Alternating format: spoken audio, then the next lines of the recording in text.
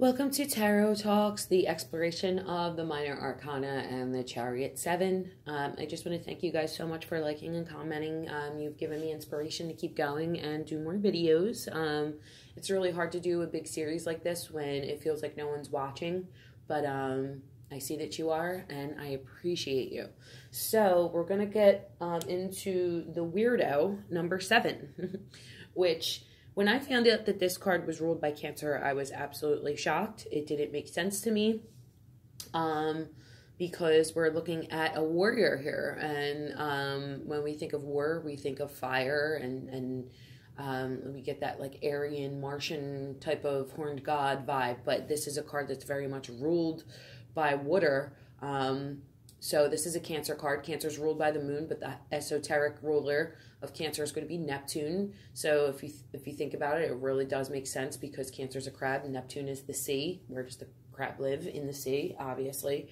So this is a water card, and water is very much about emotions. But then we have that dual side. So we have that Apollo vibe, the Chariot, and the winged disc, which represents the sun, and Apollo being, the sun god. So it rides the chariot of the sky. So we have the chariot of the sky now. Why are we in the sky?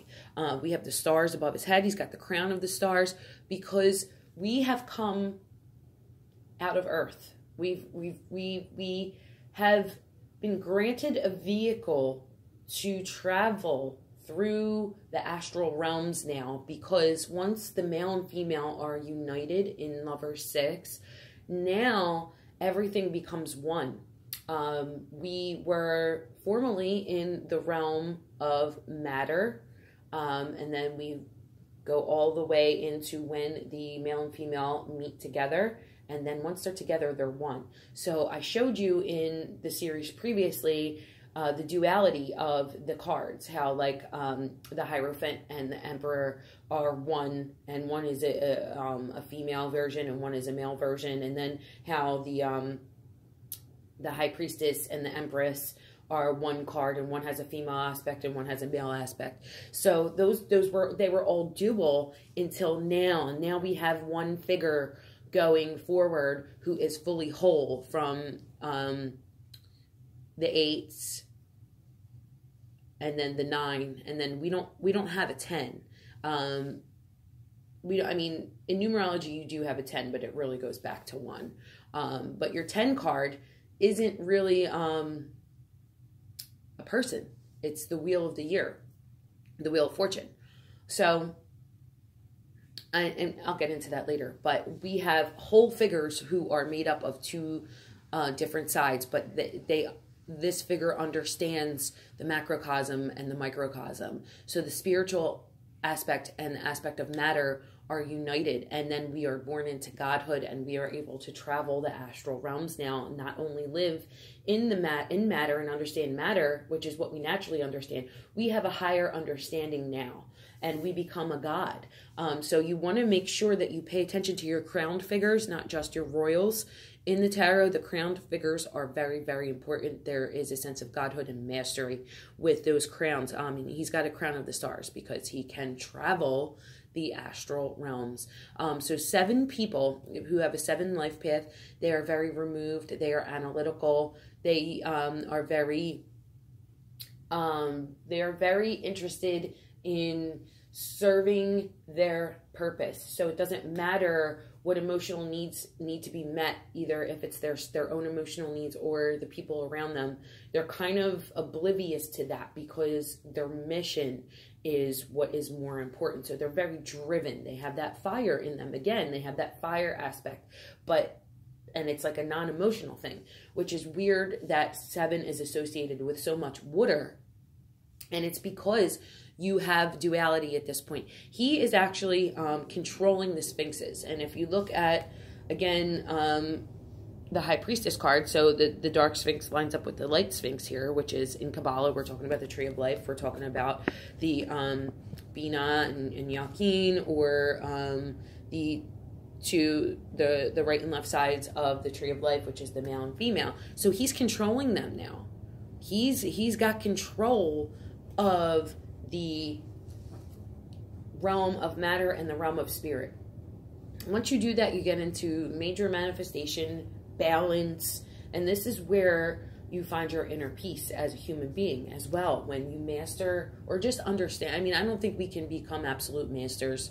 Maybe like Buddhist monks can, but I think in the skin, it's really hard to become an absolute master of these things, just because they're so deep. But once you gain an understanding, you get closer to godhood. So that's what 7 is about. 7 is the bridge between doing basic shit to doing some big shit. Okay, so we're getting into the realms of spirit. We're still in the realm of matter, but we're working ourselves up to mastery, which is number 9. After number 9, we have the Wheel of Fortune, and that's the turning of the tides, and we're going into a different realm at that point. It's the wheel turning and leading us into a different realm, which is the realm of the higher spirit and the higher self and consciousness. So when we get into the teens, that's where we're going. We're going into outer space. Let's see. So something interesting here too. This card represents Apollo. But Apollo is a twin, and Artemis is his twin. So again, we have that male and female duality here, that dual spirit who is one. They came into the earth together, but they share a spirit. So I think that's really interesting. 7, exoterically. So if you're just going to go by like the little Rider-Waite book that comes with your tarot cards, it's going to denote victory. It's a very victorious card. Victory over battles, winning, finding the solution. This card is about management, because we're managing the two beasts here. We have the reins, essentially. So it's becoming in control of certain situations, and again, being the victor. So that's what you're going to get exoterically. I'm just going to go through my notes here to make sure I didn't miss anything that I really wanted to say. Again, too, you want to look at anybody who has a crown and a scepter. So that, again, you're going to get godhood, you're going to get royalty. And this is the child of the male and female that came together in the 6. So they bore a god. A god has been born from that experience of the two coming together. And this is all metaphorical, though. That's what you have to realize, is that when these two aspects, the male and female, the pillars, which aren't essentially, we're just a reflection of that. Our bodies, the sex of our bodies is just a reflection of the male and female aspect. But when you unite, when you become gray, the Hermit card, he's actually in a gray robe. When you become a blending of the black and the white sides of these pillars, you're in a state of balance, and that's what this is working up to. You're a perfect human being. You're working towards perfection, and you're working towards godhood. So that is the bridge, and that is why 7 is so mysterious and it's weird. And once you start to study it, you're going to understand why it has this kind of weird analytical aspect in numerology, which also relates to Libra, which is the 7th sign of the zodiac. So again, with Libra, you have the scales and you have the 2 sides. And again, when we're talking about the 7 people who have a 7 life path, and they're very analytical and able to make decisions, they make really good judges. So they're able to make very balanced decisions in that way. So when you start, like over here, I have about 1, 2, 3, 4, I have about 5 reference books that I use. And then you find these links when you go through the things that you reference. You find these small links through the information that is given through these books. And and that's where you start to make the connections through astrology, through numerology, through different information that you'll find through different tarot readers, things like that. Eventually, I will find out why this chariot rider has these symbols on his skirt. I have not been able to find that, and I also have not been able to find what this symbol on the coat of arms means, but eventually at some point I will, and I will, once I'm finished the series, I will revisit some of these cards because, again, you're always learning. And one thing I wanted to point out that I actually see that I haven't seen before, and I saw it last night when I was putting together the presentation, is the two faces of the moon. I never saw that. I never looked at that.